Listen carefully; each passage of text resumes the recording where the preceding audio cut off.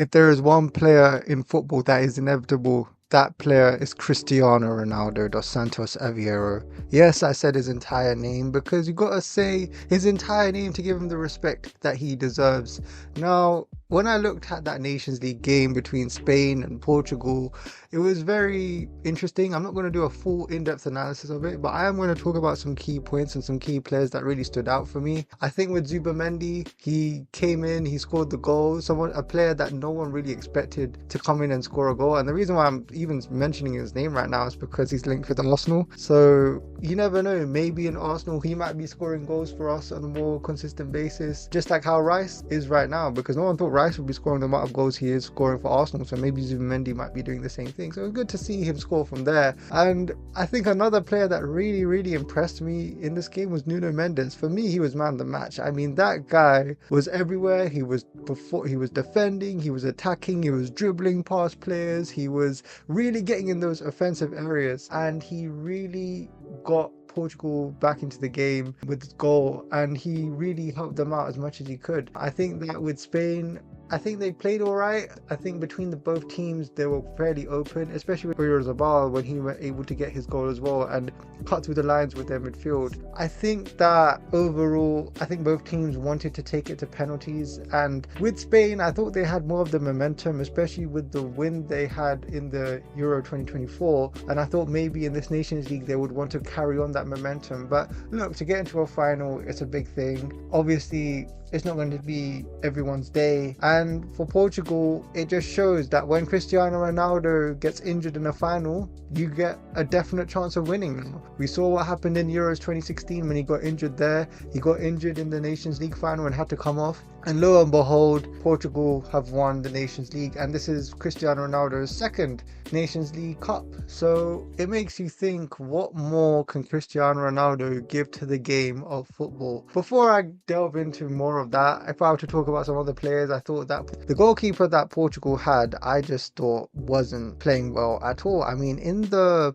Euros, I saw him do very well in terms of saving penalties, but he wasn't able to do that. And I think with the second goal, he dived way too early. So that's why I just thought to myself, yeah, this guy, I think he didn't really do too well. And I think that going forward, he needs to just time his dives right and, save some penalties at that point. Another player that really, I don't know, you just have to laugh at it because of just the bad luck is Alvaro Morata. I mean, this guy, he came into Spain and I think he was given the captain's armband at certain points, and you can tell he was there to score a penalty. And it just reminded me of the whole Rashford Sancho situation where there were players brought on to take penalties and they just completely muck it. And with Morata, he missed his penalty and ultimately Portugal won the cup. So I guess that's just something got to take away from it. But one thing that I really wanted to talk about today was just Cristiano Ronaldo. I mean, the guy is 40 years old. He's still playing at the highest level, especially in international football, despite what people may say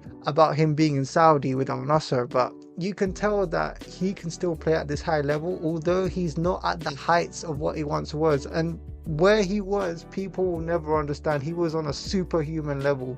For him to be on this human level now and still provide to the game is truly remarkable. And the thing is, what I liked about Ronaldo is that he didn't take a selfish approach. He didn't go into the box as much. He was trying to do more of a playmaker role and try and get other people involved on the pitch. And I thought that was very good. I think he done well to get Nuno Mendes his goal. I thought that he was in the right area to get his own goal, which ultimately got the equalizer in the game, which led to both teams going into penalties. So overall, it's been working out. And I think this is a good new role for Cristiano Ronaldo, just to try and put his impact on the game, but also be more selfless in a way, because the dribbling and the speed and the power that he once had is clearly not there anymore, and you can't expect that from a 40-year-old. But for what we can see, especially from the semi-finals and especially in the final against Spain, he still has much to give to the game. And I saw after the game he was crying, he was very emotional. Obviously, you win a trophy for your country, it means a lot. But I think that with a lot of things that he's been going through over the last couple of years, I think this means most to him. But I do believe the one question at hand is, will Ronaldo play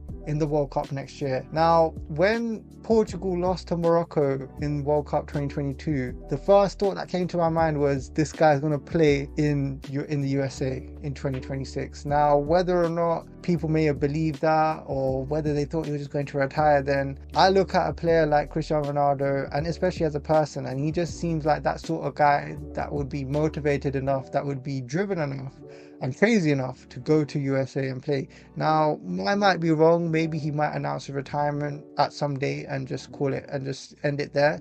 But for me, I think he's going to give it one last try in the World Cup, because I think as a player of his pedigree and of his quality and for what he's given to the game, I just think that a player like that does deserve to have a World Cup with what he's done. But at the end of the day, you need to go out there and win that tournament. And we said the same about Messi. It could be Ronaldo's time, but you never know.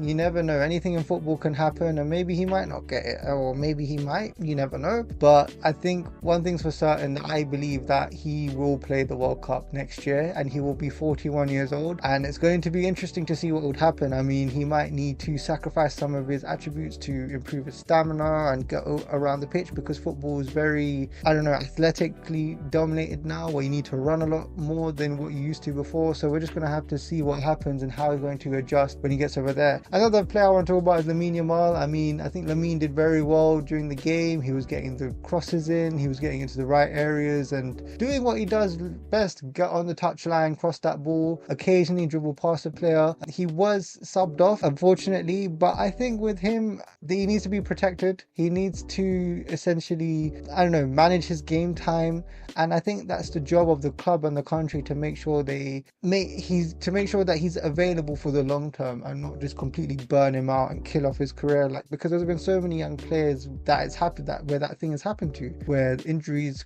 have happened to them and then they're done essentially. But I think they're doing the right thing by taking care of Lamine Yamal, and I think the future's bright for him. I think he can definitely get another Nations League further on down the line, because it's not just him, the entire Spanish team is young. Everyone in Spain is young. And funnily enough, the only player that really surprised me that was in the team was Isco. I mean, my God, I didn't think he'd be getting back into the team, but he's there, and I thought he was doing all right. And I just hope that his performances in Betis really helps him propel his career, because we all know what he done at Real Madrid, and we all know how good of a player he can be. But yeah, that's the end of this video. I think that these are the things I just really wanted to talk about. I just really was in awe of Cristiano Ronaldo and just the longevity and the things that he's been able to give to the game. And at the end of the day, this is my prediction. This is what I think will happen, but you never know. In football, anything can go. Anyhow, that's the end of this video. Hope to see you soon. Please like and subscribe, and see you in the next vid. Bye.